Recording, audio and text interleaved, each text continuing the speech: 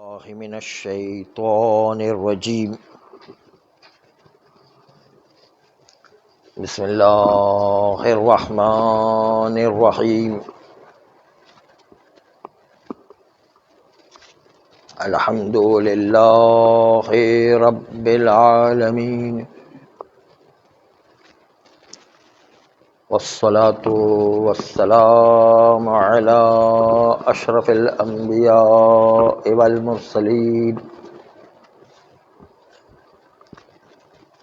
وآله الطيبين الطاهرين المعصومين المنتجبين، ولعنة الله على أعدائهم أجمعين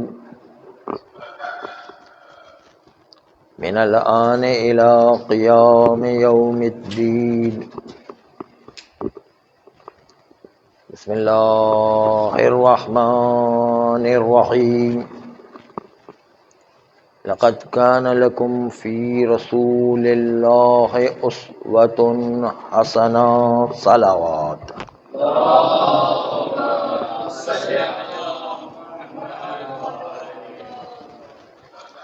رسول اللہ کی زندگی میں ہم سب کے لیے نمونہ عمل ہے.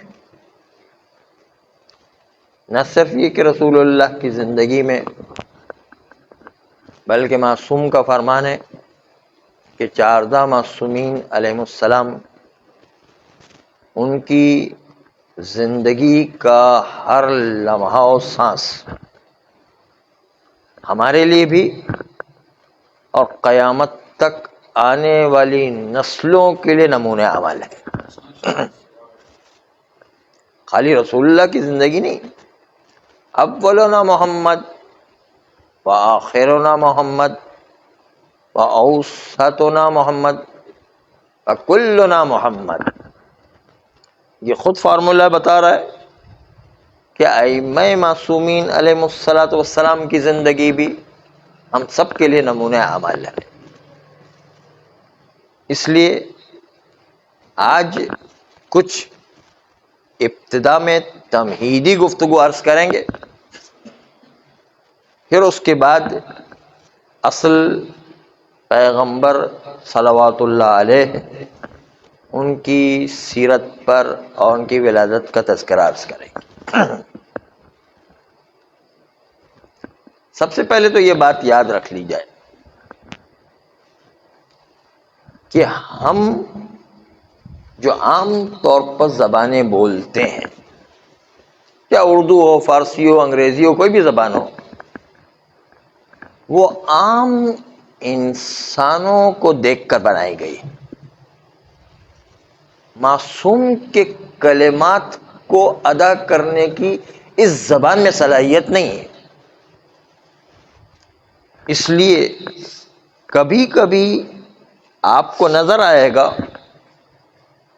کہ بات ایسی کہی جا رہی ہے ائمہ معصومین کے بارے میں جس پر اعتراض آ جاتا ہے، لیکن یہ اعتراض خود ائمہ معصومین کی کمی نہیں ہے، ہمارے زبان کے حالات کی کمی ہے. ہماری زبان میں یہ طاقت نہیں کہ معصوم کی زبان کو سمجھا سکے، معصوم کے مقصد کو پہنچا سکے. زبان کی کوتاہی ہے. اس لیے پیغمبر کے حالات میں کچھ ایسی باتیں سامنے آئیں گی جو قابل اعتراض ہوں گی، لیکن اس کے باوجود یہ سمجھ لیجئے کہ وہ معصوم کے بارے میں کوئی کمی نہیں ہے، اور اس سے نہ ہمارا عقیدہ ٹوٹتا ہے، نہ عقیدے میں کوئی خرابی لازم آتی ہے، بلکہ ساری کمی اور خرابی زبان کی کوتاہی ہے. اس لیے جب آپ کے ذہن میں کوئی اعتراض آئے تو سمجھ لیجئے کہ زبان کی کوتاہی ہے. اور دوسری بات یہ ہے کہ تاریخ کی روایتیں اس میں وہ مضبوطی بھی نہیں ہوتی ہے جو فقہ و شریعت کی روایتیں ہوا کرتی ہیں، اس لیے کہ تاریخ کی روایتیں عام طور پر ضعیف ہوا کرتی ہیں، اور ضعیف روایتوں کو بھی تاریخ میں ذکر کیا جاتا ہے، جبکہ فقہ کی روایت میں پکی پکی عادلوں کی روایت یا ثقہ روایت ہوتی ہے اس کو قبول کیا جاتا ہے، عام کچی روایتوں کو قبول نہیں کیا جاتا۔ اس لیے تاریخ کی روایتیں فقہ کی روایت کے معیار پر نہیں اترا کرتی، اس لیے تاریخ سے نہ کوئی عقیدہ بنتا ہے، نہ تاریخ سے کوئی عقیدہ ٹوٹتا ہے۔ اس لیے اس بات کو بھی مد نظر رکھیں، اور ساتھ ساتھ اس بات کو بھی کہ معصوم کے حالات ہماری آج کی زبان وہ معصوم کے حالات کی صحیح عکاسی نہیں کر سکتی، اس لیے کہ معصوم کو سمجھنے کے لیے یہ زبانیں بنی ہی نہیں ہیں، یہ زبانیں ہم اور آپ کے سمجھانے کے لیے، معصوم کے حالات کو سمجھانے کے لیے نہیں ہیں۔ اور اس کے لیے ہم ایک دو مثالیں بھی پیش کیا کرتے ہیں۔ وہ مثال یہ کہ راوی دروازے پر آیا اور اس نے دروازہ بجایا، دستک دیا، معصوم نے کہا کون؟ تو کون جو کہا ہے اس کا مطلب کیا معصوم کو نہیں پتا ہے کہ کون ہے؟ معصوم تو ساری کائنات کا علم رکھتا ہے، اس کے باوجود کیوں پوچھ رہا ہے کون؟ اس کا مطلب یہ زبانوں کی کوتاہی ہے، معصوم میں ہمارے عقیدے کے ٹوٹنے کی کوتاہی نہیں ہے۔ معصوم کے حالات کو وہ زبان بیان ہی نہیں کر سکتی اصل میں، اس لیے زبانوں کی کوتاہی کو سمجھے گا۔ اس طریقے کے بہت سارے اعتراضات جب پیغمبر کے حالات پیش کیے جائیں گے تو آپ کو نظر آئیں گے۔ اس لیے جو ہے شروع کرنے سے پہلے یہ تمہید آپ کے سامنے پیش کی ہے کہ ذہن میں کچھ اعتراضات تو آئیں گے، لیکن یہ زبانوں کی کوتاہی سمجھے، عقیدے کی کمزوری نہ سمجھیں۔ دوسری بات یہ ہے کہ پیغمبر ان کی ہمیں اتباع کرنا ہے، معصومین کی اتباع کرنا ہے، لیکن ہر چیز میں پیغمبر کی اتباع نہیں کر سکتے، اس لیے بہت ساری چیزیں خود پیغمبر سے مخصوص تھی، اور بہت ساری چیزیں ایسی تھی جو پیغمبر نے عمل کیا وہ ہمارے لیے نہیں تھا، صرف پیغمبر کے لیے تھا۔ اس لیے جو ہے پیغمبر کی اتباع کرنا ضروری ہے، لیکن وہاں پر جہاں پر انہوں نے اتباع کا حکم دیا ہو، نہیں کہ ہر جگہ پر۔ جیسے پیغمبر نے 11 شادی کی تھی، ایک ساتھ 11 شادیاں تھی، ہم 11 شادی نہیں کر سکتے نہیں، سب لوگ خوش ہو جائیں گے، ارے پیغمبر کی اتباع میں ہم بھی 11 شادی کر رہے ہیں، تو یہ 11 شادی کرنے کی اجازت نہیں۔ ایک ساتھ 11 شادی ایک ساتھ تھی، یعنی باقی جو ہے اور کتنی شادیاں کی وہ ایک الگ بات ہے، اور اس پر جو ہے مستشرقین وہ غربی حضرات وہ ہم پر اعتراض بھی کرتے کہ پیغمبر نہیں تو رنگیلا رسول ہو گیا، نہیں، اسی لیے تو جو اعتراضات کیے گئے نا، یہ کیا تو شادیاں کرنے کے علاوہ اور کوئی کام ہی نہیں تھا کیا؟ نہیں، بہت سارے اعتراضات آتے ہیں۔ تو وہ چیزیں جو پیغمبر نے انجام دی اور پھر انجام دینے کے بعد کہا کہ تمہیں بھی یہ انجام دینا ہے تو ہمیں انجام دینا ہے، اگر انہوں نے کہا نہیں یہ صرف میرے لیے مخصوص ہے، یا پیغمبر نے انجام دیا، کچھ حالات ایسے تھے کہ پیغمبر کے زمانے میں صحیح تھا لیکن ہمارے زمانے میں صحیح نہیں ہے، اور اس کی ہم مثال پیش کر چکے ہیں کہ پیغمبر جب مکہ سے ہجرت کر کے مدینہ گئے تو مدینہ کی لڑکیوں نے پیغمبر کی شان میں گانا گایا، اور گانا گایا طلعت علینا الہدی، کہ آج ہم پر ہدایت کا چراغ طلوع کر گیا ہے۔ یہ جو گانا ان لڑکیوں نے گایا تھا، مدینہ کی لڑکیوں نے بارڈر پر آ کر پیغمبر کا استقبال کرتے ہوئے یہ گانا گایا تھا، اور پیغمبر نے اس گانا گانے سے کسی کو منع نہیں کیا۔ تو اس کا مطلب یہ نہیں کہ پیغمبر نے گانا سن لیا تو اس وقت جو ہے پیغمبر کی گانا سننے کے باوجود پیغمبر نے منع نہیں کیا، تو اس کا مطلب گانا جو ہے وہ مطلقاً جو ہے جائز ہو گیا، نہیں، اس کے اندر کچھ مصلحتیں تھی، کچھ وجوہات تھی۔ یا پیغمبر کے زمانے میں شراب پی جاتی تھی، پیغمبر نے منع نہیں کیا. پیغمبر کے زمانے سود کا کاروبار چلتا، پیغمبر نے منع نہیں کیا. اس کی کچھ وجوہات تھی یا نہیں؟ اس لیے کہ ابھی تک شراب کے حرام ہونے کا حکم ہی نہیں آیا تھا، سود کے حرام ہونے کا حکم ہی نہیں آیا تھا، گانے کے حرام ہونے کا حکم ہی نہیں آیا تھا. جب حکم نہیں آیا تو پیغمبر کیوں منع کرے گا؟ پیغمبر کے مدینہ میں جانے کے بعد پھر اس کے بعد شرعی احکام آتے رہے. پیغمبر مکہ میں تو اصل میں توحید کو منواتے رہے بت پرستوں کے مقابل میں. پیغمبر کا مکہ میں کام تھا شرک کو ختم کرنا، توحید کو منوانا، بت پرستی کو ختم کرنا. اور پیغمبر کو اس سلسلے میں ابھی آخری میں روایت آئے گی بھی کہ جب پیغمبر کی شہادت ہونے والی تھی، ہمارے علماء کا قول یہ ہے کہ پیغمبر کو بھی زہر دیا گیا تھا. معصوم ہر ایک یا تو تلوار سے شہید ہوا ہے یا زہر سے شہید ہوا. ہمارے مشہور قول کے مطابق پیغمبر کو بھی زہر دیا گیا. جب جو ہے حالت بگڑتی چلی گئی تو ایک مرتبہ پیغمبر کے چہرے پر تشویش کے آثار نظر آنے لگے. اصحاب نے دیکھا کہ آج تو پیغمبر بہت تشویش کی حالت میں. تو پیغمبر سے پوچھا، یا رسول اللہ آپ اتنی تشویش کی حالت میں کیوں ہیں؟ تو پیغمبر نے ارشاد فرمایا کہ مجھے جو باقی انبیاء کو فکر لاحق ہوا کرتی تھی وہ فکر تو مجھے نہیں ہے. یعنی باقی انبیاء کو فکر جو لاحق ہوا کرتی تھی وہ فکر مجھے نہیں ہے. اصحاب نے پوچھا، یا رسول اللہ باقی انبیاء کو کیا فکر لاحق ہوا؟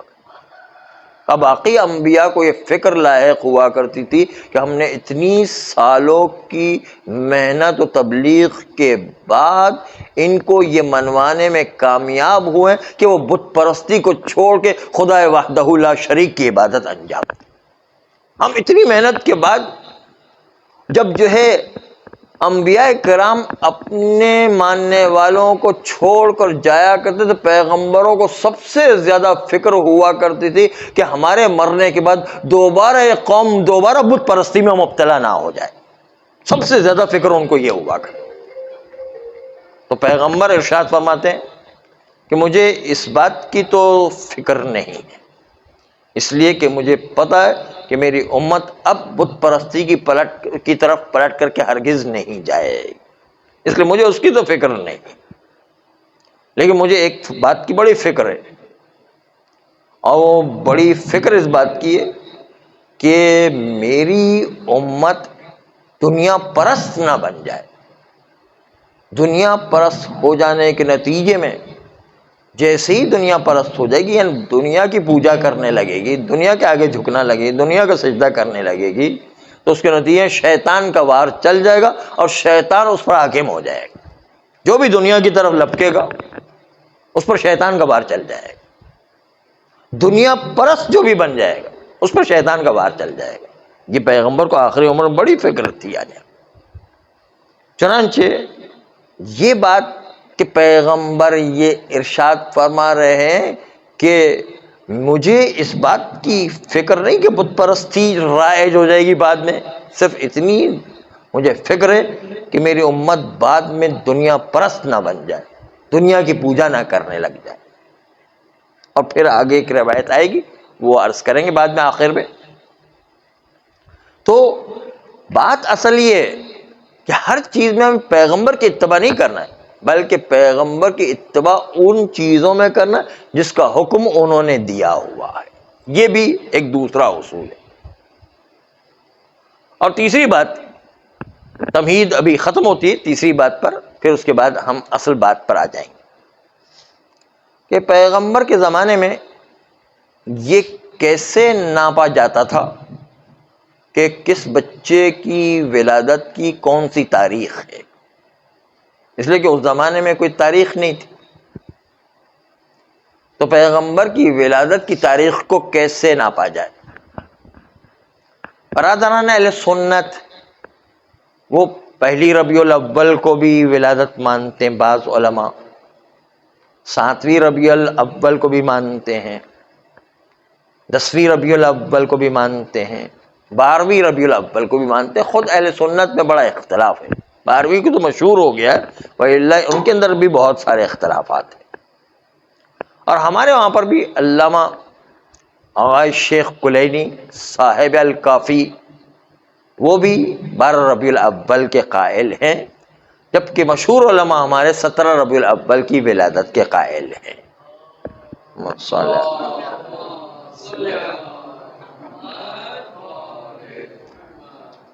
بس تھوڑی دیر آپ کو بوجھل یہ گفتگو محسوس ہوگی، اس کے بعد اصل واقعاتی شکل میں بات آئے گی. تھوڑی دیر کی بات ہے، یہ آخری تمہید ہے. وہ یہ کہ اس زمانے میں تاریخ ولادت کیسے رکھی جاتی تھی. جب پیغمبر کی ولادت ہوئی تو اس وقت کسی بھی مشہور واقعے سے کسی کی ولادت کو ملا دیا جاتا. السلام علیکم. ایک درود بھیج دیں محمد و آل محمد.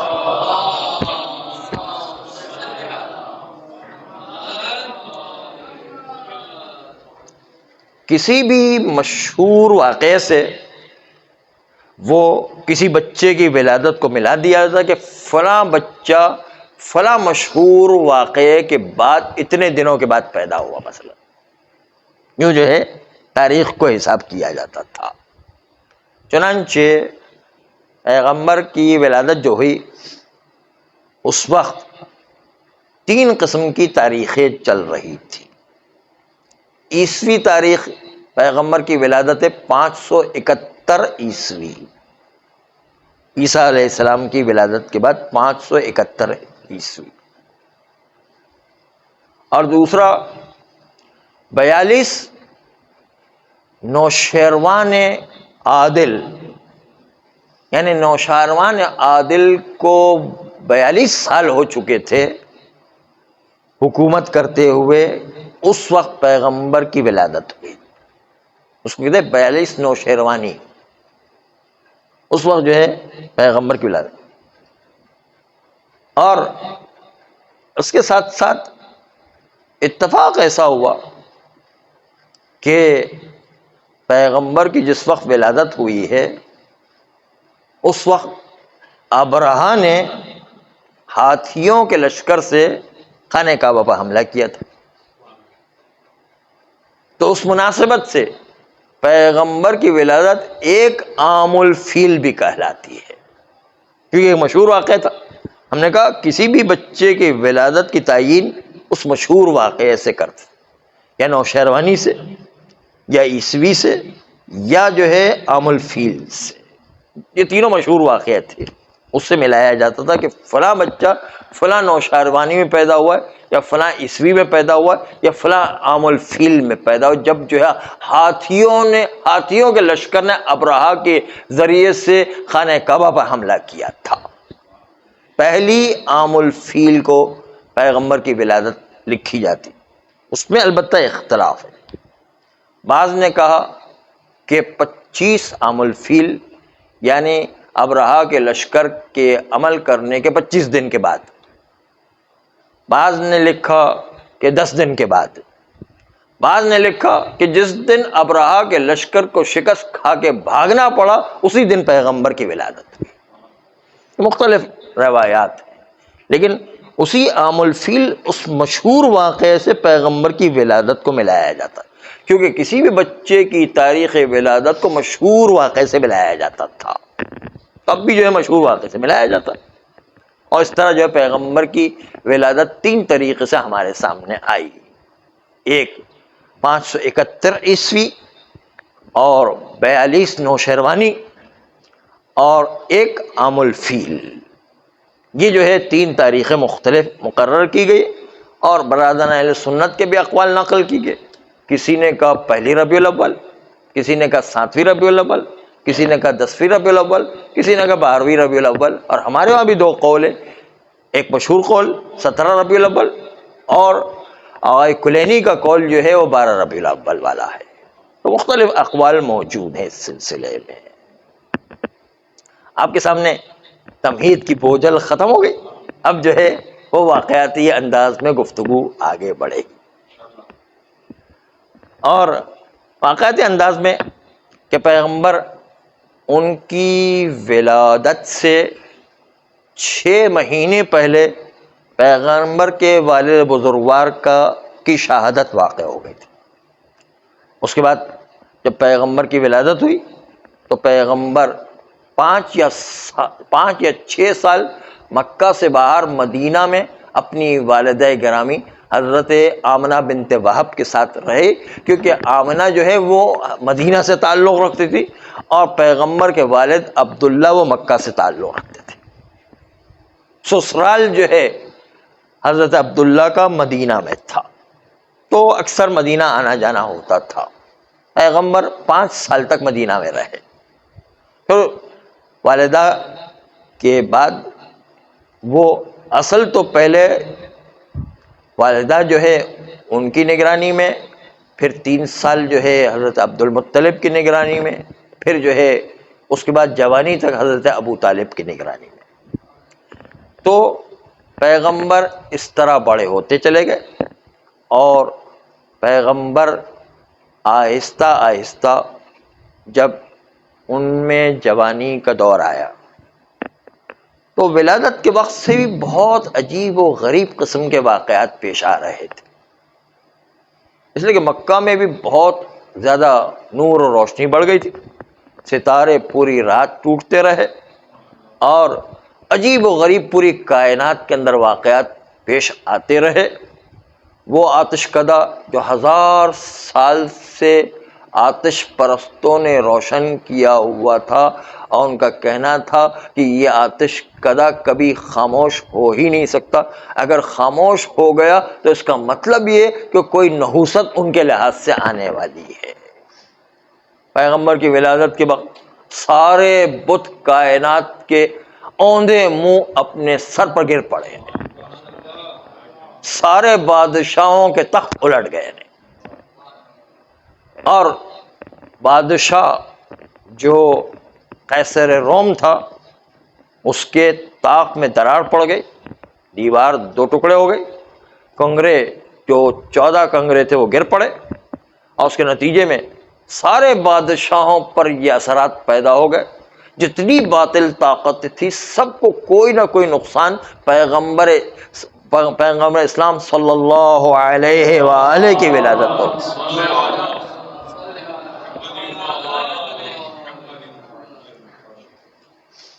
دریائے ساوا کا پانی جو کئی صدیوں سے خشک تھا جاری ہو گیا. دریائے سماوا کا پانی جو جاری تھا کئی صدیوں سے اس میں خشکی آ گئی، کسی میں خشکی آ گئی، کسی میں تری آ گئی.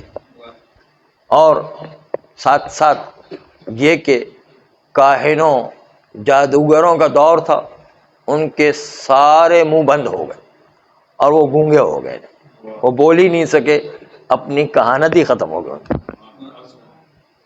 شیطان کو بھی جو ہے 4 آسمانوں میں حضرت عیسیٰ سے پہلے 7 آسمان میں جانے کی اجازت تھی. حضرت عیسیٰ علیہ السلام کے آنے کے بعد 3 آسمانوں میں جانے کی اجازت تھی، 4 آسمانوں میں جانے کی اجازت تھی. اب جو ہے شیطان کو 7 آسمان میں جانے کی ممانعت ہو گئی. تو عجیب و غریب واقعات جب پیش آ رہے تھے پوری رات مکہ میں، تو خصوصاً عجیب و غریب قسم کے واقعات پیش آ رہے تھے. اور ان واقعات کی روشنی میں شام میں بہت بڑا کاہن تھا جس کا نام تھا قطعی. قطعی بڑا عجیب و غریب قسم کا کاہن تھا. اس کے پورے بدن میں کوئی ہڈی ہی نہیں تھی، خالی گوشت کا لوتھڑا تھا، صرف سر اور گردن کی ہڈی تھی، باقی کوئی گوشت تھا ہی، باقی کوئی ہڈی ہی نہیں تھی. اس کو باقاعدہ چادر کی طرح لپیٹ کر اس چھلی میں ڈال کر لے جایا جاتا تھا. وہ قطعی نام کا بڑا عجیب و غریب قسم کا کاہن ہے، لیکن دنیا کا سب سے بڑا کاہن وہی تھا. اس لیے بادشاہان وقت اپنے زمانے میں سب سے زیادہ اس کی ڈیمانڈ رکھتے تھے اور اس کو اتنا پذیرائی دیتے تھے کہ بادشاہوں کو ٹائم لینا پڑتا تھا. یہ اتنا بڑا کاہن تھا اس زمانے کا. آج کل جو ہے جیسے ڈاکٹر انجینئر کی اہمیت ہوا کرتی، اس زمانے میں کاہنوں کی اس طرح اہمیت ہوا کرتی تھی. یعنی تو وہاں پر کاہنی اور جادوگری کا بڑا رواج تھا. یہ کاہن اور واقعاً تھا بھی بہت عجیب و غریب ہے. جب پیغمبر کی ولادت ہوئی اس نے پہاڑ پر چڑھ کر کے دیکھا, اس کا غلام لے کر کے چلتا تھا اس کو چھلی کے اندر, اور پھر جب چھلی کے اندر لے کے نکلتا تو پھر جو ہے پہاڑ پر اس کو رکھ دیا کرتے تھے, اور پہاڑ سے وہ دیکھتا تھا. پہاڑ سے جو ہے اس نے چاروں طرف دیکھا کہ مکہ کی طرف سے ایک روشنی آ رہی. اس نے پہچان لیا کہ یہاں پر جو ہے یہ کوئی واقعہ ضرور ہوا ہے, اور وہ خود اس کو پتا تھا آخری زمانے میں ایک پیغمبر آنے والا ہے, اور سمجھ گیا تھا وہ آخری زمانے کے پیغمبر کی نشانی ہے. وہ نور اور روشنی سے ہی پہچان گیا کہ پیغمبر آخر الزمان کی ولادت ہو چکی ہے, اس کا نور جو ہے پوری دنیا میں منتشر ہو رہا ہے. اور پھر آخر میں اتفاق ایسا ہوا کہ وہ پیغمبر پر بھی ایمان لایا, اور جب وہ مکہ آیا, قطعی جو شام سے چل کر کے مکہ آیا, مکہ تو وہ آیا لیکن اس کے ساتھ زرقہ بھی آئی. زرقہ کا بھی واقعہ مختصر پھر بعد میں کبھی عرض کریں گے, وہ ذرا دشمن تھی پیغمبر کی. اس کا آمنا سامنا ہوا, دونوں ٹکرائے. اس قطعی نے زرقہ کو سمجھانے کی کوشش کی کہ تم جو ہے پیغمبر کو نقصان نہیں پہنچاؤ ہے, لیکن وہ زرقہ نہیں مانے ہے. اور ایک مرتبہ تلاش کرتا کرتا کرتا جو ہے قطعی پہنچا حضرت عبد المطلب کے گھر پر, اور پہنچنے کے بعد انہوں نے پیغمبر کی خبر تو دے ہی دی تھی, کہا تھا ان کے گھر میں جو ہے پیغمبر کی ولادت ہوئی, اور ساتھ ساتھ کہا کہ ان کے یہاں پر وہ آنکھوں کی روشنی اس کی ایسی تیز تھی کہ آنکھوں میں دیکھ کر سب کچھ جو بتا دیتا, اس کا ہاتھ کی انگلیوں کو دیکھ کر سب کچھ بتا دیتا, اتنا تیز تھا وہ. چنانچہ اس نے کہا کہ اس کے ساتھ ساتھ جو ہے اس کا ایک ولی بھی آنے والا ہے. کہا کہ پھر ولی کس کے جو ہے وہ بطن سے آنا ہے, کس کے صلب سے, تو مختلف لوگوں کو دکھایا گیا. پھر آخر میں اس نے حضرت ابو طالب کی انگلیاں دیکھی, اور انگلیاں دیکھنے کے بعد کہا اس کے صلب سے 30 سال کے بعد ایک ولی آئے گا کہ جو اسی پیغمبر کا ولی خاص ہوگا. وہ قطعی نے پہلے خبر دے دی تھی. تو پیغمبر کی ولادت کی ویسے ہی خبر قطعی کے ذریعے سے شام میں پہنچ چکی تھی, اور شام میں یہودیوں کے پاس حضرت یحییٰ کا کرتا تھا, اس سے بھی خون کی آمد وہ دلیل تھی کہ ضرور پیغمبر کی ولادت ہو چکی ہے, جو علامت تھی کہ وہ خون آنا شروع ہو چکا تھا, کہ جس سے بھی یہودی نے پہچان لیا کہ اب پیغمبر کی ولادت ہو گئی ہے. اور یہ سارے عجیب و غریب واقعات پیش آ رہے تھے. بت جو ہے سر پر گر پڑ رہے تھے, سارے کے سارے تخت الٹ پڑ رہے تھے, آتش جو 1000 سال سے روشن تھی وہ سب بجھ گئی, اور کاہنوں کے منہ بند ہو گئے, اور یہ عجیب و غریب پوری کائنات میں واقعات نظر آ رہے تھے. ستارے ٹوٹ رہے تھے, مکہ میں تو انتہائی روشنی ہو گئی تھی. ایک مرتبہ شیطان اس کو بھی کیسے جو ہے, اور شیطان بھی اتنے سارے واقعات سے غافل رہ سکتا ہے. چنانچہ شیطان نے ایک مرتبہ سیٹی بجائی, بیل دی, اس نے سیٹی بجائی. جس طرح جو ہے وہ بدماش لوگ سیٹی بجاتے نا, خیر بدماش کی خصوصیت تو نہیں ہے, بہت سے لوگ جو ہے جو وہ سیٹی بجانے کے عادی ہوتے ہیں, سیٹی بجائی اور اپنے سارے چیلوں کو جمع کیا, اپنی ذریت کو جمع کیا, اپنے ماننے والوں کو جمع کیا, اور جمع کرنے کے بعد کہا کہہ رہے تم کم بختو, یہ بتا, یہ وہ ان کی اپنی زبان بتا رہا ہوں, کم بختو تم دیکھ نہیں رہے ہو کہ کیسے کیسے واقعات پیش آ گئے, پتہ نہیں یہ کم بختو دیکھو یہ کس لیے اتنے سارے واقعات پیش آ رہے, کون سا نیا واقعہ پیش آیا کہ جس کی وجہ سے یہ سارے واقعات پیش آ رہے, کیا تمہیں نظر نہیں آ رہے اتنے سارے واقعات نظر؟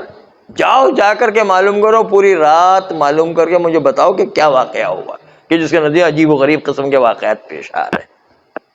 اب سارے چیلے, سارے جو ہے ذریت, اور سارے جو ہے ماننے والے, شیطان کے ماننے والے, ہاں شیطان کے ماننے والے چلے تلاش کرنے کے بھائی یہ کیا واقعہ ہوگا کہ عجیب و غریب واقعات پیش آ رہے, پوری دنیا کے اندر بڑی عجیب و غریب حرکتیں نظر آ رہی ہیں. وہ بیچارے تلاش کرتے رہے پوری رات جو ہے وہ تلاش کرنے کے بعد صبح کے وقت اپنے استاد کے پاس آتے ہیں اور کہتے ہیں استاد محترم ہمیں تو کوئی کچھ نظر نہیں آیا. کہنے لگے بھائی ہم نے تو بہت تلاش کیا ہمیں تو کچھ نظر نہیں آیا. کہا کم وقت تم سے تو کوئی کام ہوتا نہیں, میں خود اب نکل کے جاتا ہوں. اب جو ہے وہ شیطان خود نکل کر کے آیا. اب یہ شیطان نکل کر کے آیا تو سوچا سب سے آسان راستہ یہ ہے کہ آسمانوں میں جاؤ اور آسمانوں میں جا کر فرشتوں کی بات سنو. فرشتے جو بات کریں گے اس سے پتہ چل جائے گا کہ اس وقت کون سا جو ہے خدائی راز ہے اور کون سا واقعہ پیش آیا ہے. چونکہ شیطان کو 4 آسمانوں میں اب بھی جانے کی اجازت تھی اور وہ فرشتوں کی باتیں بھی سنتا تھا کہ فرشتے آپس میں کیا بات چیت کر رہے ہیں, اور اس سے اس کا اندازہ ہو جاتا تھا کہ بھئی کیا واقعہ پیش آیا ہے. چنانچہ سب سے پہلے تو آسمانوں کی طرف گیا. جب آسمانوں کی طرف گیا تو ایک مرتبہ سارے فرشتے ہوشیار ہو گئے. ایک مرتبہ نوری آتشین گولے شیطان پر برسانا شروع کر دی. وہ حیران ہو گیا کہ آج تو مجھے جو ہے وہ آسمانوں میں سے کسی پہلے ہی آسمان پر داخل نہیں ہونے دیا جا رہا. نوری آتشی ہتھیار سے جو ہے شیطان کو مارنا شروع کر دیا فرشتوں نے اور اس کو وہیں سے بھگایا نہیں. شیطان مردود وہاں سے بھاگا اور بھاگ کر حیران پریشان تھا کہ آج کون سا واقعہ ہوگا, مجھے جو ہے آسمانوں میں بھی جانے. پہلے جو 3 آسمان تھے عیسیٰ کے زمانے کے اندر تھے وہ جو ختم ہو گئے تھے, اب جو ہے کون سا واقعہ ہو گیا, اب پہلے آسمان میں بھی داخل نہیں ہونے دیا جا رہا ہے.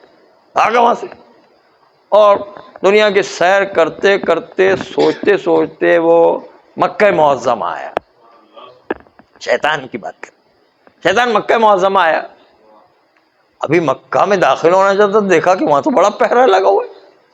وہاں تو جو ہے سب طرف ملائکہ جو کھڑے ہوئے اور ایک مرتبہ ان کے ہاتھ میں آتشی ہتھیار ہے, نوری ہتھیار ہے. تو اس نے سوچا کس طریقے سے مکہ میں داخل ہوں, حرم میں داخل ہوں, تاکہ وہاں جا کر کے معلوم کروں کہ ہوا کیا ہے.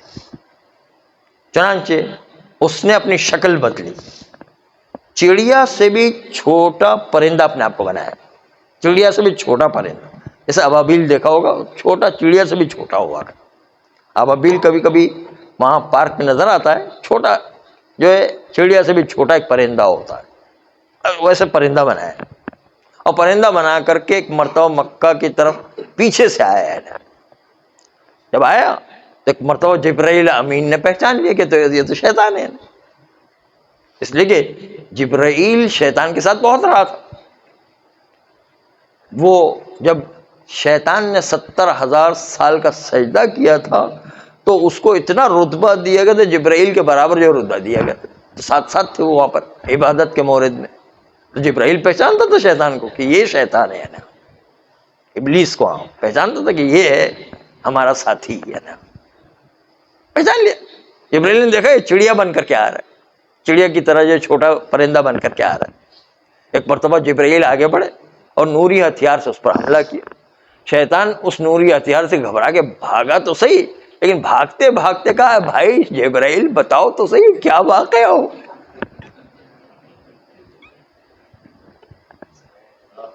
اس نے کہا کہ جبرائیل بتاؤ تو صحیح بھائی کیا واقعہ ہوا ہے, آج تو مجھے جو ہے نا آسمانوں میں جانے دیا جا رہا ہے, نہ مکہ میں داخل ہونے دیا, آخر حرم میں بھی داخل نہیں ہو.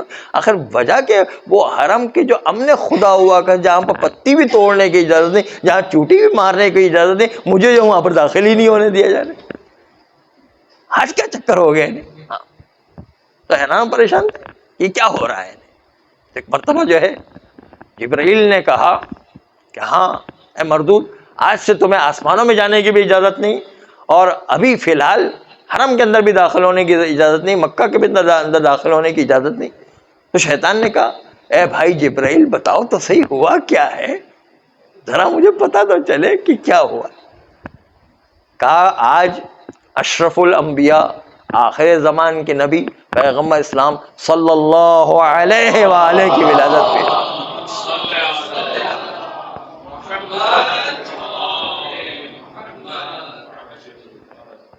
ولادت کا وقت قریب ہے, اس لیے تمہیں یہاں پر آنے کی بالکل اجازت نہیں ملے گی. تو ایک مرتبہ دیکھے شیطان کی ہمت دیکھے, اس کو پتا ہے کہ یہ وہ نور ہے کہ جو وہاں آسمانوں میں دیکھ چکا ہے کہ اس نور کے سامنے، محمد و آل محمد کے نور کے سامنے فرشتے جھکتے تھے، سجدہ کرتے تھے، اور یہ نور وہ نور ہے جو پروردگار عالم کا خاص و خاص نور ہے، یہ تو بہکنے کا کوئی سوال ہی نہیں ہوتا۔ لیکن اس کا یقین ہے کہ بہکنے کا سوال نہیں، لیکن پھر بھی جو ہے سوال کرتا ہے جبرائیل امین سے کہ اے جبرائیل بھیا ذرا بتانا تو صحیح کہ اس نور کے اندر جو پیدا ہو رہا ہے اس میں ہمارا بھی کوئی حصہ ہوگا یا نہیں ہوگا۔ اتنی ہمت کر رہا ہے وہ۔ یہ جو ہے شیطان کی ہمت، اور وہاں مومن کی ہمت دیکھ لیجیے۔ مومن سے کہا جائے کہ بھائی کسی کو امر معروف کرو، نہیں انل منکر کرو، وہ خدا راضی ہو جائے گا، خدا کے مقصد کو ادا کریں گے۔ کہ بھائی وہ سیٹھ صاحب ناراض ہو جائیں گے تو مجھے نوکری سے فوراً نکال دیں گے۔ یہ ہے مومن کی ہمت۔ تو دونوں کی ہمتوں کو دیکھیں، کس کی ہمت کو داد دیا جائے پتہ نہیں چل رہا ہے۔ ہاں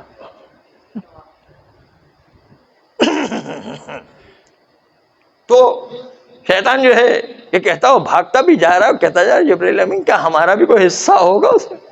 کم مردود، تیرا حصہ کیا اس میں؟ تیرے حصے کے سوچنے کا سوال ہی نہیں، تو نے خود نے دیکھا کہ وہ نور کے ٹکڑے ہیں، اس میں تو کوئی گمراہی کا سوال نہیں، وہ تو بلکہ ہدایت کا سبب ہے، پوری امت کو نجات دلانے والا، تیرا حصہ کہاں سے اس میں ہوگا؟ اگر امتی کوئی گناہگار ہو جائے گا اور ان کے دامن کو تھام لے گا، ان کے دامن کے وسیلے سے ان کو نجات ہو جائے گی، اور پوری امت جو اس کی وجہ سے شفاعت پا جائے گی۔ پورے امت کے شفیع المذنبین ہے، گناہوں کو بخشوانے والے وہ ہیں، تمہارا جو ہے اس میں کہاں سے حصہ ہوگا؟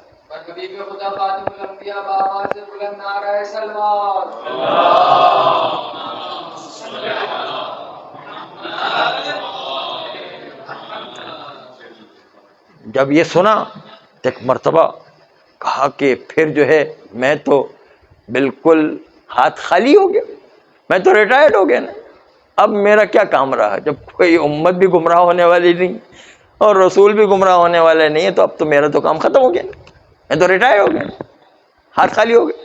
لیکن جاتے جاتے اس نے ایک چانس اور لیا، کہا کہ اے جبرائیل بھائی ذرا بتاؤ تو صحیح کہ یہ ٹھیک ہے کہ خود تو گمراہ نہیں ہوں گے، لیکن کیا اس کے ماننے والی امت جو ان کا دامن پکڑ لے گی، ان کی امت میں شامل ہوگی، وہ بھی بخشے جائیں گے؟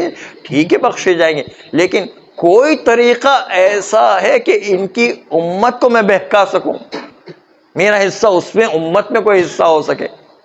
تو جبرائیل امین نے ایک پتے کی بات کہی، کہا ایک راستہ ہے، اور وہ یہ کہ یہ امت پوری کی پوری شفیع المذنبین کے تحت ہونے کی وجہ سے شفاعت پائے گی، اور اس کے نتیجے نجات پائے گی، روز قیامت ان کا دامن تھامنے کے نتیجے نجات پائے گی، وسیلے سے نجات پائے گی۔ لیکن اس کے باوجود اس کی امت میں وہ لوگ کہ جو دنیا پرست ہو جائیں گے،